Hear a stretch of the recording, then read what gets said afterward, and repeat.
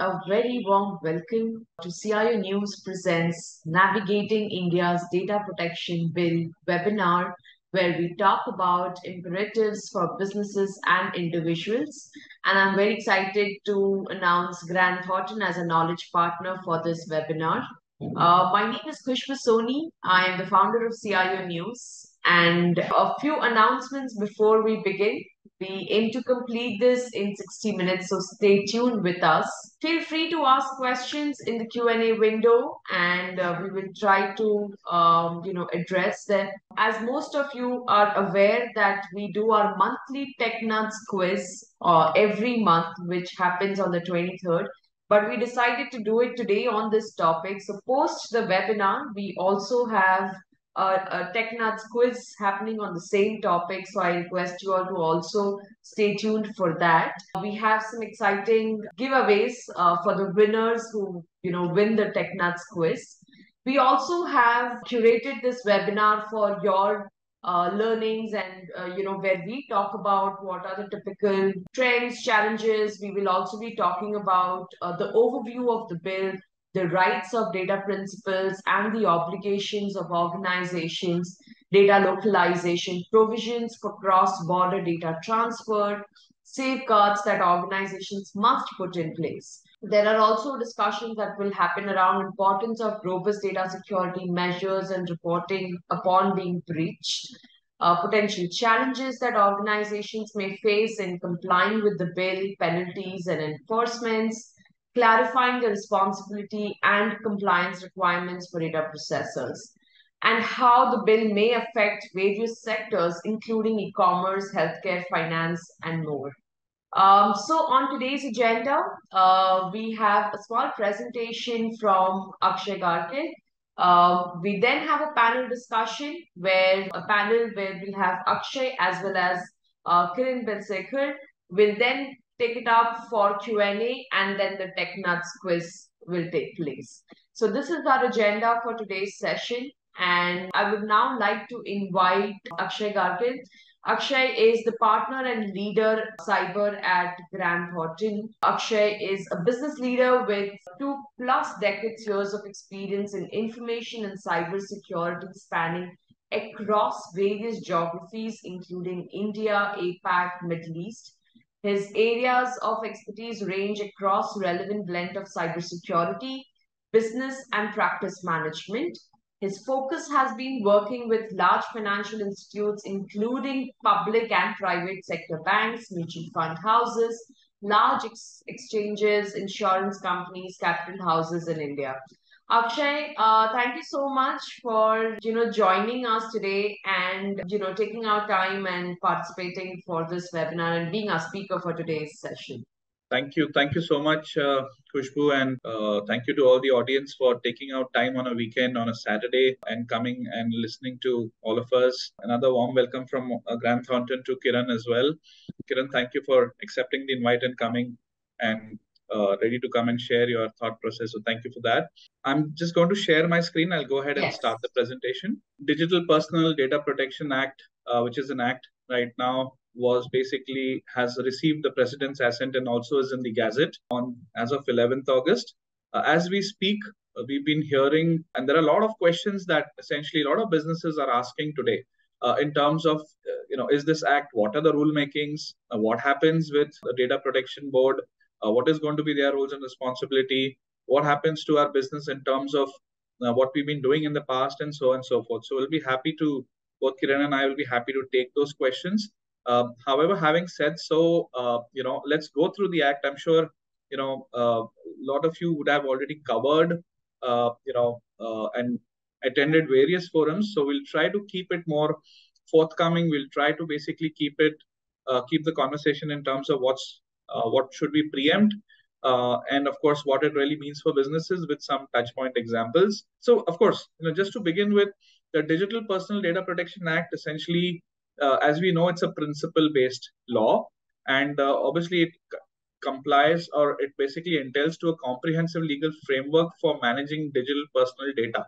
Now, the whole essence of this particular act is to kind of get to a level where you are going to go and protect the personal information of individuals And when you talk about personal information of individuals, we do understand name, age, gender are of course personal, but in addition to that, we talk about Aadhaar card details, KYC details, banking information, and so on and so forth, which also come under the category of personal information, as opposed to the other laws where we've seen a segregation between personal and sensitive information.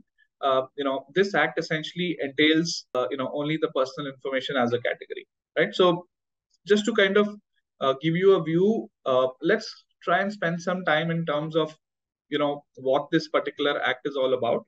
So of course, if you talk about businesses which essentially need to comply, are the ones which are essentially called as either data fiduciaries, or they've been termed as significant data fiduciaries. Significant data fiduciary because businesses which are either handling high volume of personal information, or essentially come under the category which national critical importance to the nation, or essentially come under a high risk category, or essentially come under the category of looking at anything which is very sensitive to the nation, and so on and so forth, essentially will come under the significant data fiduciary. We're still awaiting the rule making, essentially, which will be coming in from the ministry, central ministry. However, there are a lot of preemptions. There are various public forums. There are essentially various submissions also which have happened to Ministry of IT in terms of looking at what could be the potential or possible rule makings that should come into play. In addition to that, there is a formation of Data Protection Board. The Data Protection Board essentially will have a chairperson and a committee, which will be appointed by the central ministry, and the roles and responsibility of the committee and the chairperson will be defined in the rulemaking. There would also essentially be a tribunal which has been formed, which is called as TDSAT, where all the grievances of any of the orders passed by the Data Protection Board can essentially be taken up to. Of course, while we talk about the fines and the penalties go right up to 250 crores. Of course, there are other buckets of fines as well, which are defined in the Act. Those essentially are for various other purposes. Of course, there is a question whether the fine is up to 250 crores, or it basically would be for various defaults, the fines essentially would add up, and then would it be beyond 250 crores? So that's another question which is there on the table.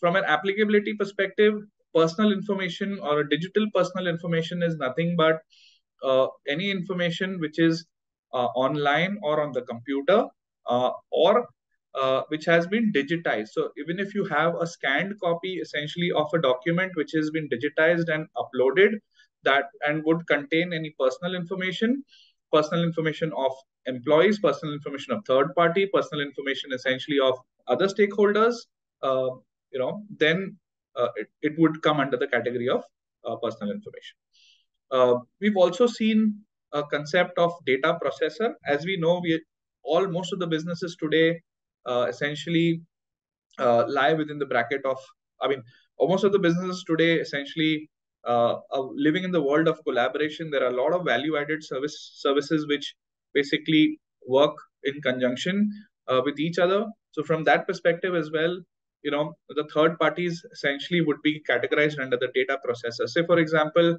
you outsource your payroll process. You basically have outsourced your certain business process, or essentially, you have, a third-party service provider who basically looks into your IT or any other financial processes, and so on and so forth, right? Those essentially would be categorized under as a data processor, while you would have the data processor who would be processing personal information. The accountability would still lie with the core data fiduciary. There's also another point that the Act basically talks about, is that if you come under the category of significant data fiduciary, then you need to appoint a data protection officer, a consent manager, and a consent auditor.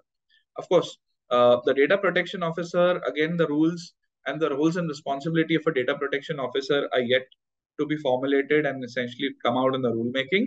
Well, having said so, businesses which have already embarked on a privacy journey, either through GDPR or any of the other global privacy acts, would definitely understand the roles of a data protection officer, and a lot of businesses have already gone ahead and appointed the data protection officer as well. Now, having said so, another question that comes up is, who does the data protection officer report into, right? So that's another question, whether it would be the CISO or CIO, or it will be an independent function in itself. Then we have a consent manager. The consent manager is somebody who essentially collects all the consents from the data principals, and essentially whether it is a consent which has to be revoked, a consent which essentially has been given, or any of the deemed consents essentially which will be taken at the time when the act, the compliances begin. And then the consent manager essentially will be reporting into the data protection board. That means all the submissions of the consents will be taken by the consent manager and submitted to the data protection board. That's what essentially has been mentioned. Of course, some of the rights of the data principals is in terms of access to information. They need to, in a very clear and transparent manner, understand that where their information lies within the organization and what sort of access organization has to that particular personal data. Erasure of data, that means today as a data principal, I can say that I do not want you to maintain my personal records. So from that perspective, they have the right to kind of ask to have the data erased. Of course, rectification is something where some correction needs to be done. Withdrawal of consent is where I do not wish to continue to give my consent, and hence the consent has to be withdrawn. And right to nominate is at the time of assuming that data principal, at the time when the data principal there's a demise, then all that personal information can be shared with the family of the data principal or whoever they choose to nominate. So these are some of the aspects of the act. Let's try and understand now. We've spoken about the fear of God, 250 crores, but also let's give it a slight bit of a shift to understand that is it only about we need to comply to Data Privacy Act and hence we are basically going ahead and complying, or what are the advantages that business can actually achieve? So let me give you an example, right? You see the Apple example where we had Apple essentially comply from a data privacy perspective, and they went ahead, they used the word privacy on all the hoardings, and they got a fair amount of a customer trust, increased customer trust in terms of, right?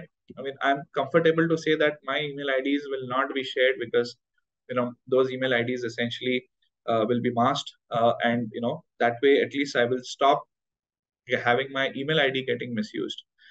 So that is one example of where you can say that the customer trust aspect has really increased. Of course, there are other aspects as well where you're working with a third-party ecosystem. There too, you have better control over the information. You can actually also go ahead and so when you start applying the metrics of looking at what are the zones where my personal information is saved, how do I kind of contain it, and then apply the security measures, directly or indirectly, you're automatically going and optimizing your process, right? And then if it's a large organization with multiple legal entities and a huge business house where there is various levels of touch points, there again, you would want to basically go ahead and automate to understand and discover information on the fly. So there again, you're bringing in various levels of innovation as well. Of course, when you have that sort of a compliance and you're a business house which is kind of funded by a private equity or angel investors and so on and so forth, they also get that level of comfort that you've gone ahead and done all of these exercises. And then of course, last but not the least, a personalized experience for customers, where your customers, when you have the personal information available with you, you go ahead and use that to the customer's advantage. Now I'll give you an example of a personalized offering. When I check into a hotel, I've given my consent to use my personal information. So they know about my food allergies, they know about my travel preferences, they know about my room preferences. Now, even before I come in, that information is used very positively to essentially enhance my experience of using the hotel, right? That's one example where you can essentially see that personalized offering for customers really increases. So again, I would emphasize that this act should not be seen only as something that you really need to comply to because the government of India has introduced it, but also to see it that how I can use this to my business advantage, right? And of course, we know it's not going to be easy. There are going to be a lot of business processes that will need certain level of re-engineering. There will essentially be a fair amount of work that needs to be done. But at the end of the day, it's a cycle, it's a compliance, right? When GST came into our country, organizations did go through a paradigm shift.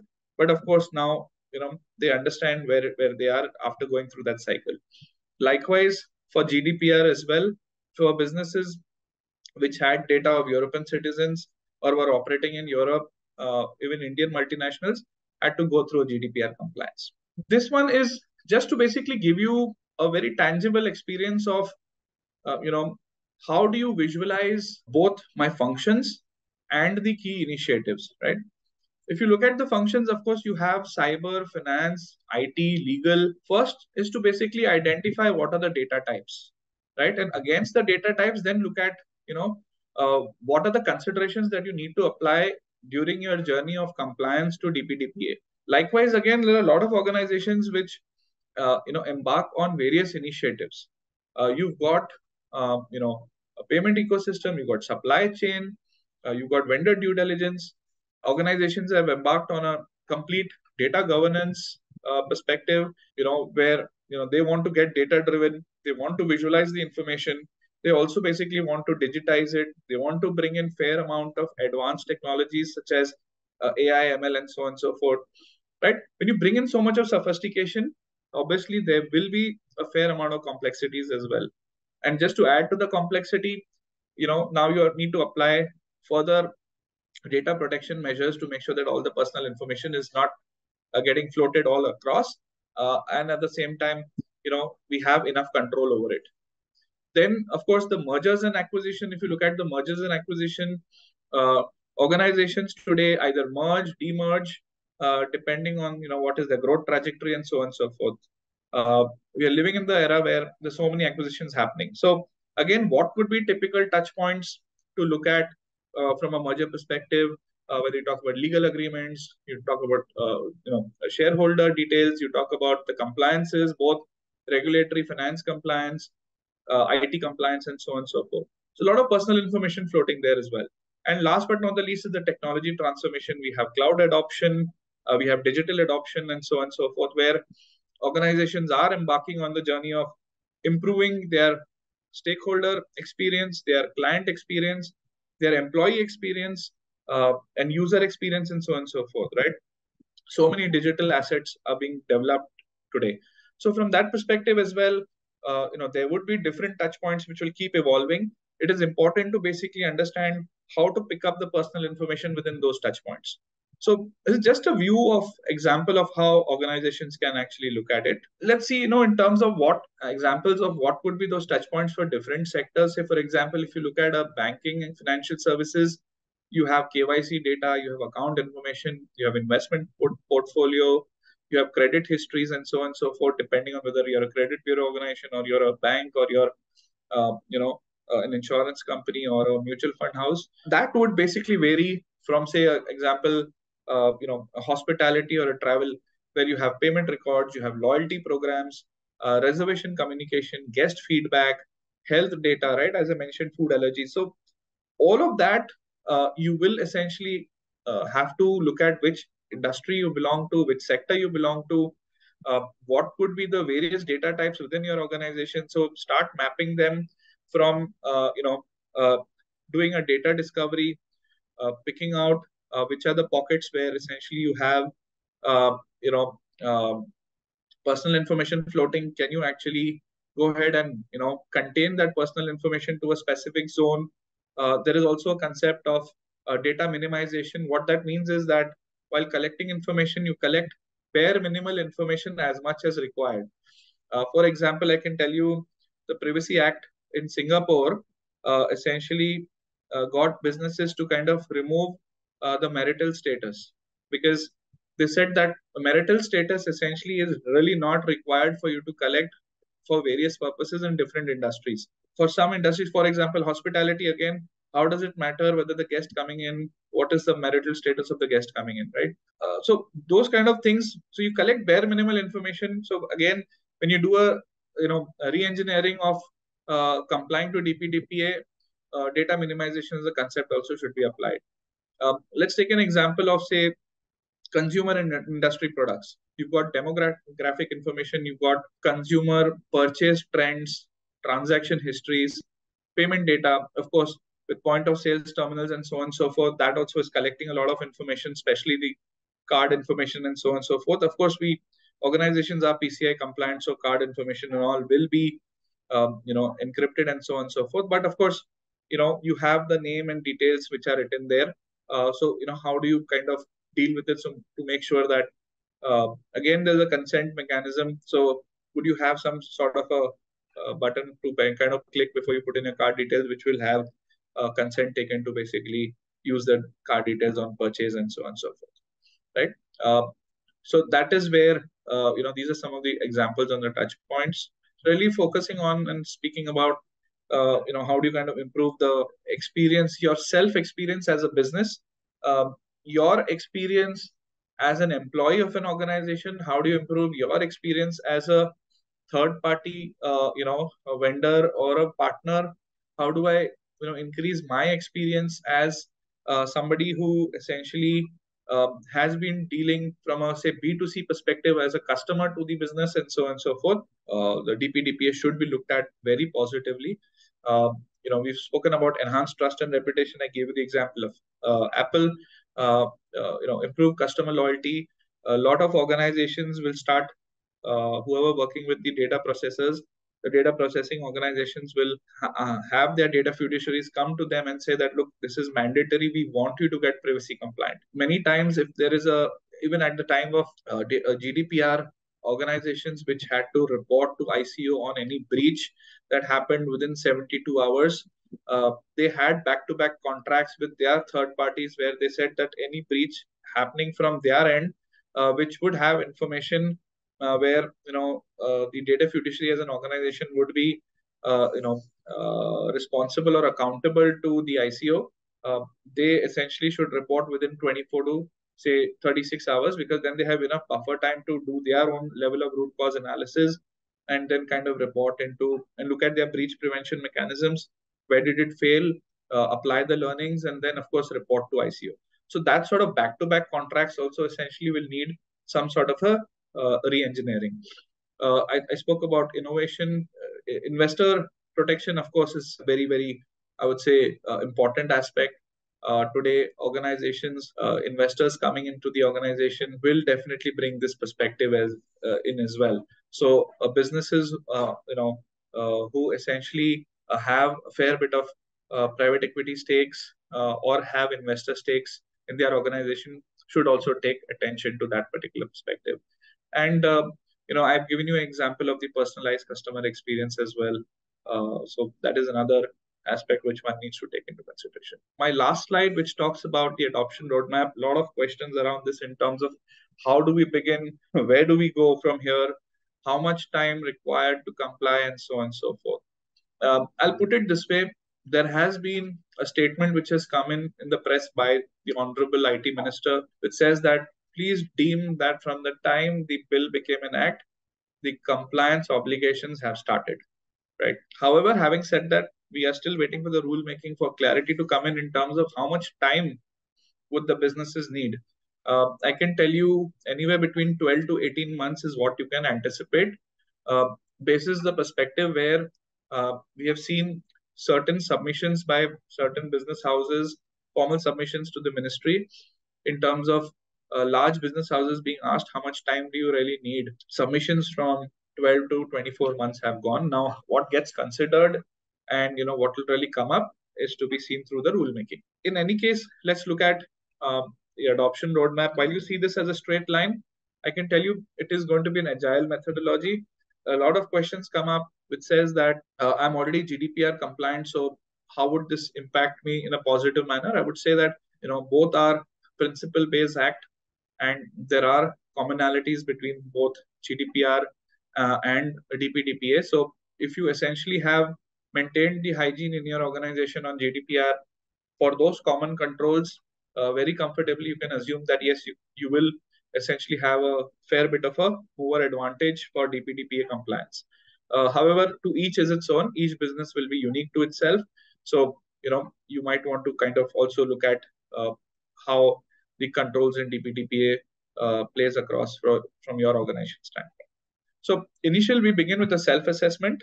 After you do a self-assessment, just to see where do you stand, important to run a detailed gap assessment and get to understand where are the gaps, whether it is in technology, process, legal, or for that matter, any of the consent mechanisms. If you haven't started your consent mechanisms, if you haven't started your privacy SOPs and so on and so forth, those are the obvious ones which will come out in the gap assessment.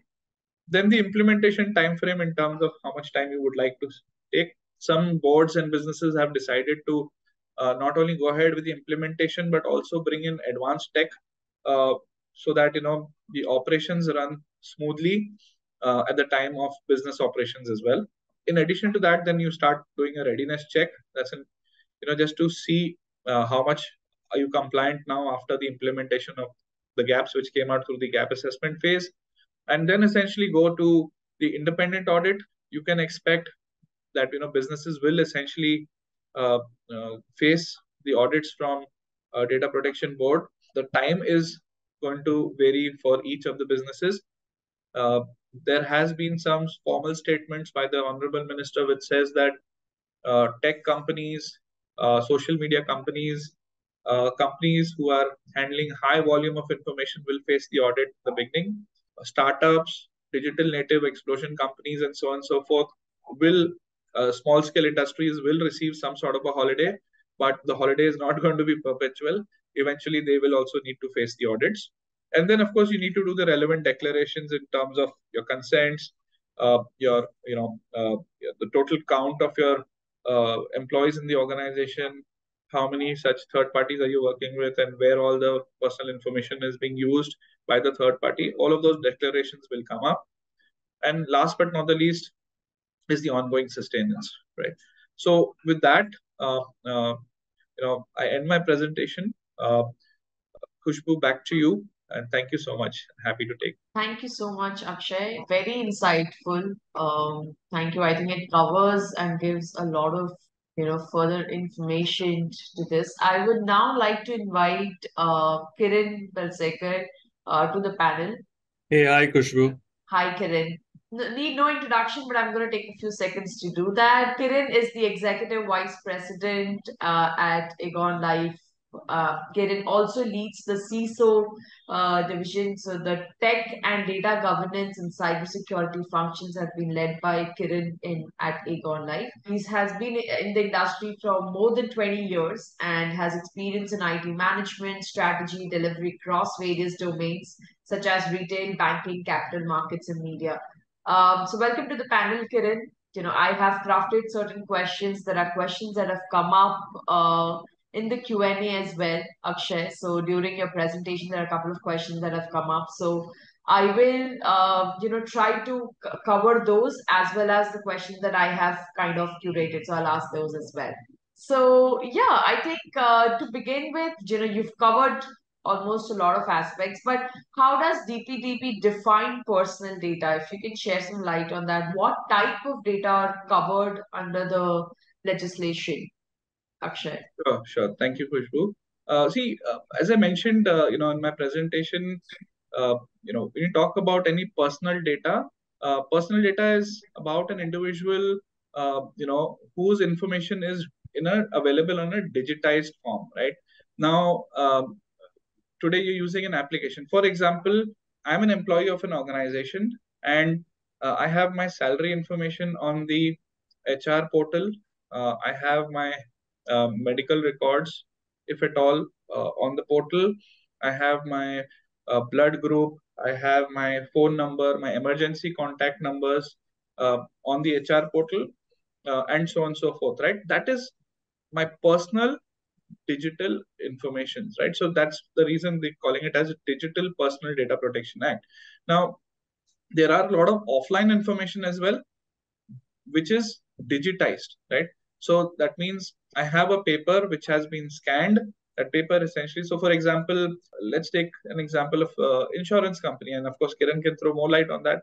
where essentially you have a form, the agent basically fills up your detail, and then that gets scanned and then is basically sent on the central system, right, on the core insurance portal, for example. That is also digital personal information. And of course, notwithstanding, I already mentioned about health records, financial records would also come under the digital personal information aspect. Right. So that also includes, there was one of the questions Rakesh Ketan asked, that is mobile number nowadays that is available across apps considered as personal data, which I understand is. Absolutely. Right. And I Perfect. think that's one of the reasons why, you talk about any mobile information that people keep getting so many calls from various businesses and customer care centers and so on and so forth. I think that's one of the we're hoping that's going to be one of the biggest relief, because now mobile numbers cannot be shared without consent. Correct. Correct. Sorry. Perfect. Kiran, I have a question for you. What are the obligations of organizations regarding the data protection impact assessments under the DPDP? What are your thoughts on the same? So first of all, thanks, Khushbu, for getting me on this panel, and it's a pleasure to share the panel with Akshay as well. Yeah, so I think we have just seen last 20 minutes what Akshay was talking about. Looks like it's going to be very intrusive. A huge corporate change which is required. People in the organizations are going to need to take a lot of responsibility of data. And it looks like company has to assume now that consumer don't want to share their data.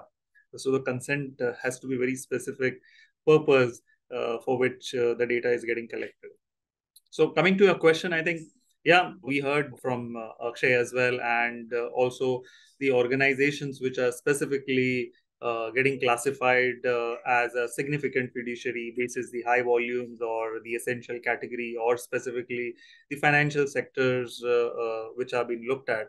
So they are required to conduct the data protection impact assessment before processing of any personal data that may pose a risk to the risk and the freedom of the individuals respectively. So it has also called out for an annual audit which needs to be conducted by the independent auditor, which need to provide assurance on a couple of things like the processes and policies which need to be placed, the consent management mechanisms, which is just calling out the grievance redressal and the data breach management, data discovery and classification mechanisms, or the data subject rights, taking care of all the technical and the security safeguards.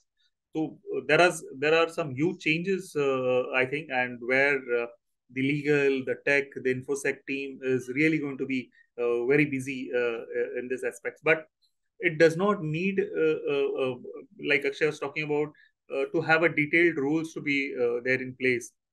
At least the foundation can really start the data discovery, the data classification, because there is a dark web in all the enterprise which is lying in their own warehouse. I think that is something which really needs to be come on board, and those really need to get identified. So the basics can be still started while the detailed rules are coming up.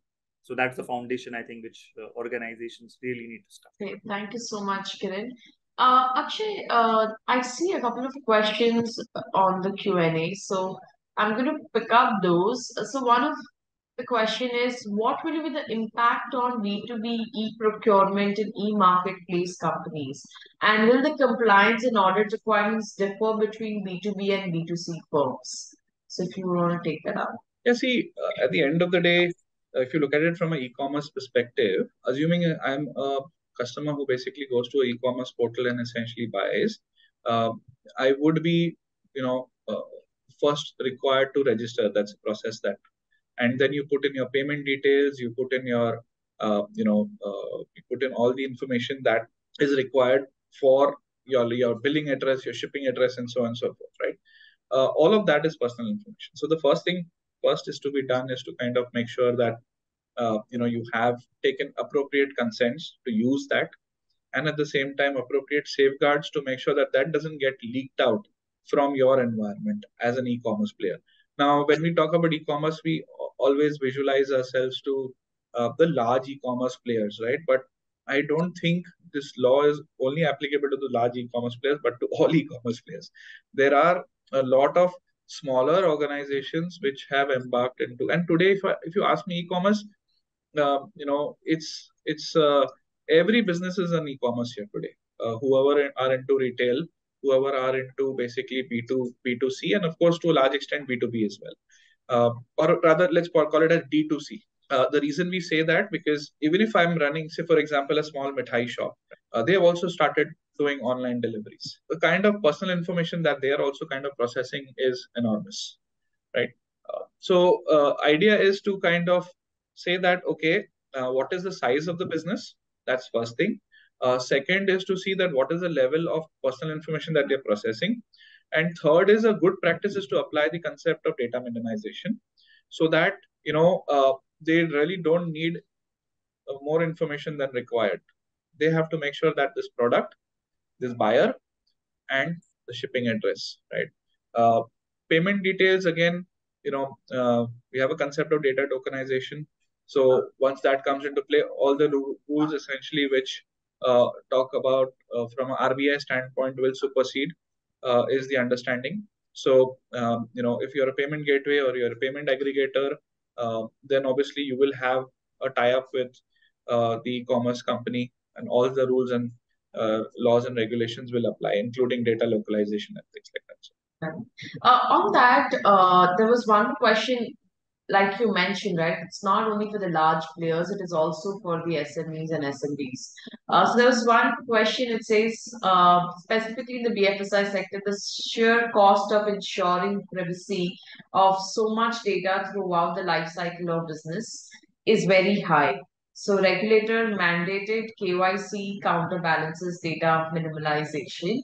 How does one maintain budgets for something like this? Kiran, you want to take this question? You can give a perspective from the industry perspective, and I'll talk about it from more from the that's I think that's the everyone's pain area.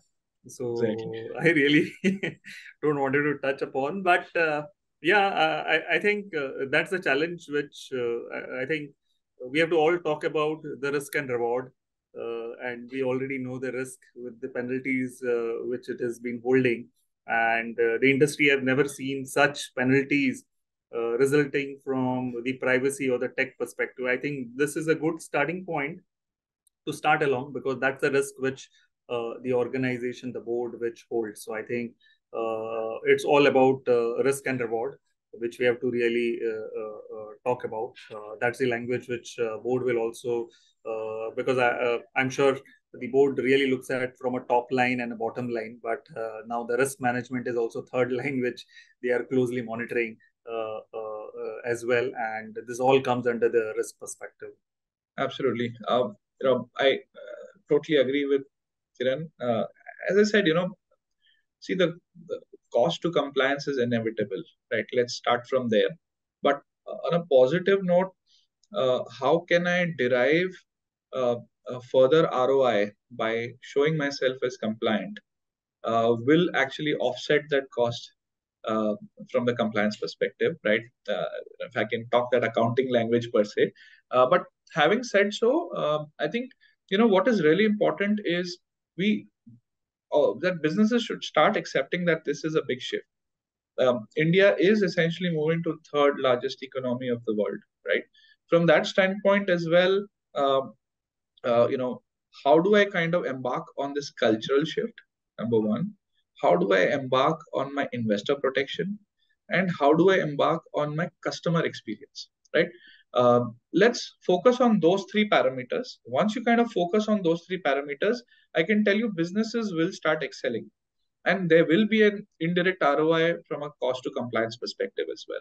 And then, from an accounting perspective, how CFOs can actually say that, okay, thanks for my compliance, this is the growth that I've started seeing. And then how do I take that cost and offset it and then apply my gross margins? I think that's one of the way of looking at it, assuming positive intent here. Yes, absolutely. I think, like you mentioned, it can also be leveraged under customer experience and customer service. So great. Another question. So, Kiran, maybe if you want to take this up, how should organizations prepare to handle data breach, and I mean, I think you did cover about that, but if we talk about data localization and cross-border data transfers, so maybe if you would want to, you know, put your thoughts and tell us that how DPDP's requirement for data localization and cross-border data transfers really work. So, DPDP Act does allow the cross-border transfers of the personal data to all countries, unless specified by the Indian government. Specifically, they are calling out it as blacklisted countries, which they have still. We hope that this will come out in the detailed rules, which are those blacklisted countries. But however, there are still certain requirements that are need to be met for such transfers as well. These includes like obtaining an explicit consent from the data principal, ensuring that the recipient country has an adequate level of the data protection, and implementing the additional safeguards for the sensitive, specifically sensitive personal data perspective. So I think these are a couple of things which we have been reading through the DPDP Act. Sure. Sure. There's one question that has come up on the Q&A is if the, I mean, does this become applicable for internal HR and HRMS systems record also? And what happens if an employee leaves or resigns the organization? Like, that's one aspect. And what about the appraisals, details, benefits of the employees? So it's more about data protection of the employees' information. Does this become applicable there as well? So I think as long as there is a legitimate use of it, it's all applicable for the employment purpose. Unless and until someone has, it's more of a prospects, more of a if there's the contract has still not converted into an employment contract. I think till then there would be this thing data deletion erasure which will come into picture. But as long as it is an employment state, I think it's a legitimate use of it. So it will have that data. Maybe Akshay, if you want to add anything specific. No, absolutely. I totally agree with Kiran's perspective here that, at the end of the day, it is the need of the hour. How am I going to, as an employee, right, how am I going to receive my salary till the time my banking details are not available? At the end of the day, it's all about consent, right? And the second part of the question is that once the employee leaves, then what happens? Again, there are alumni programs which organizations run today. There are return to organization programs which are being run. As an employee has had a great experience. It's just that I've moved out of the system for better career prospects, and I do see that I would like to at some point in time come back and work. That is the advantage of saying that, okay, you please retain my information, but please make sure that does not get leaked out or is not used for any other purposes except for these two purposes. If not, then you please revoke. No worries. You can obviously have the right to kind of say that, okay, please revoke my information and I do not wish to. Then obviously it is going to be a fresh consent when I reapply to the organization. Sure.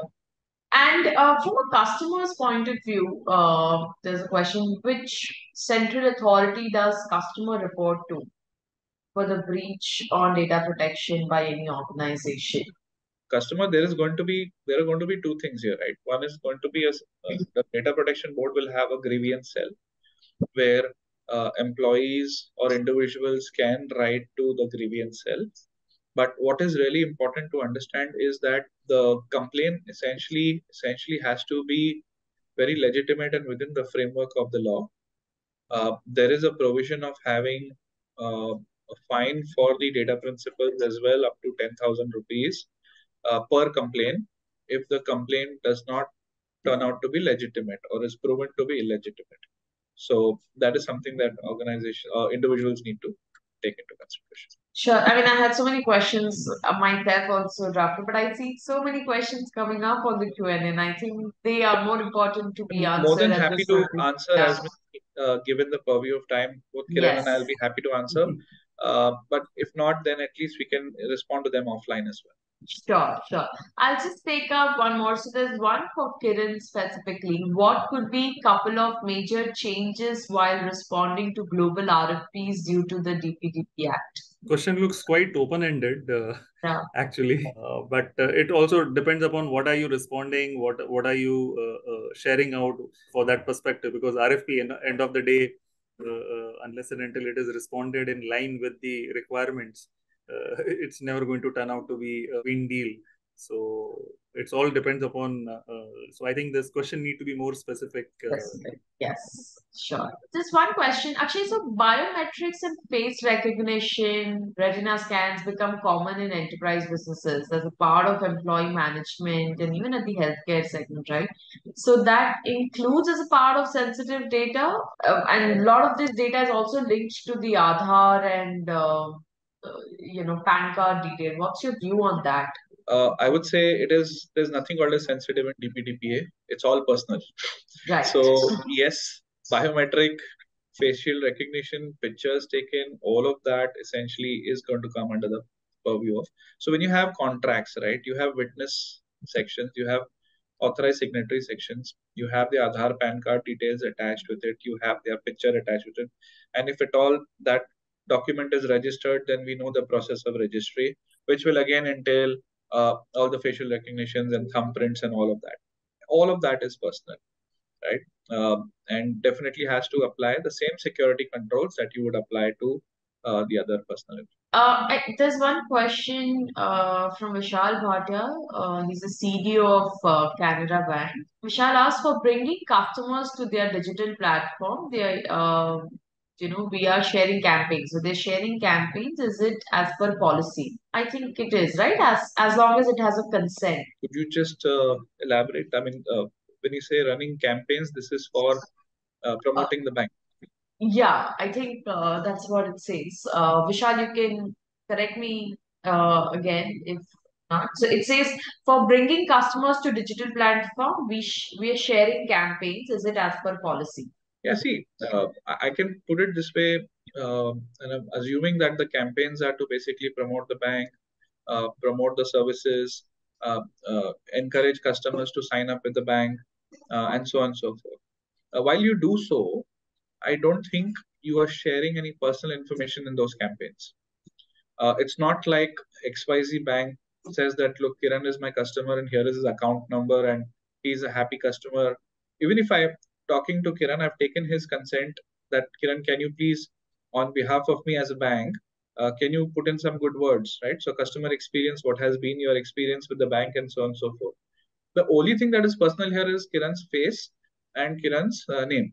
While having said so, I have actually gone ahead and taken a consent from Kiran, which says that it's fine for me to kind of share my video bite or a knowledge about my experience with the bank without revealing anything which is very personal. So that again will not come under the purview.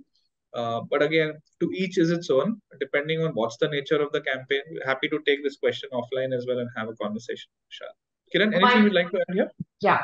No, I think you perfectly covered it because, and there is also one use case more is the DIY, because there is also a lot of enterprises are going for DIY to avoid getting into the non-assisted way of services. So that could also be one of the reasons why the campaigns are also being run. But that's all a legitimate use case, this thing, as long as it is the customer. But as long as it is the prospects, you already take the consent at the start of the journey or whenever the prospects had shown the interest. I think that is how are you going to use that information specifically. Excellent. I think it has been great, insightful session. There are still a lot more questions, which I think we will take it up offline with the interest of time. But we will definitely respond to these questions. We have noted them down.